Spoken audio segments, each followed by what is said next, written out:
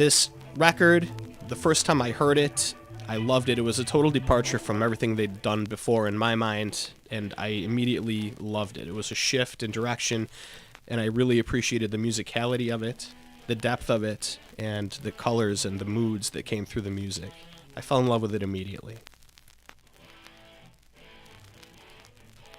The guitar player on this record has truly redefined the guitar's place in much of rock and roll. He was such a stylist. He was very much a minimalist as far as his playing was concerned, but as far as his use of effects processing and stuff like that, was able to create these large soundscapes with very, very minimal playing. And I know it sounds so cliche to say something like less is more, but he is truly the epitome of it. And this definitely seems like a strange departure from a lot of their previous productions. They undertook trying to use foreign sounds and use foreign rhythms and really go in a totally different direction to make sure that they made a statement musically.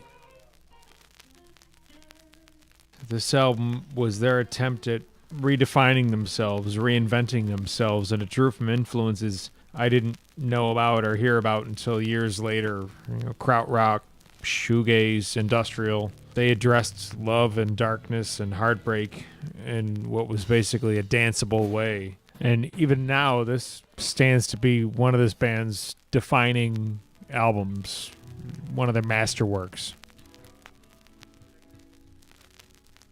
I like the spirit of this album. It's a very adventurous spirit, and I believe that the band kind of undertook a different mindset and a total departure from what they had done before musically, and I loved the fact that it kind of transcends that gap between pop and rock.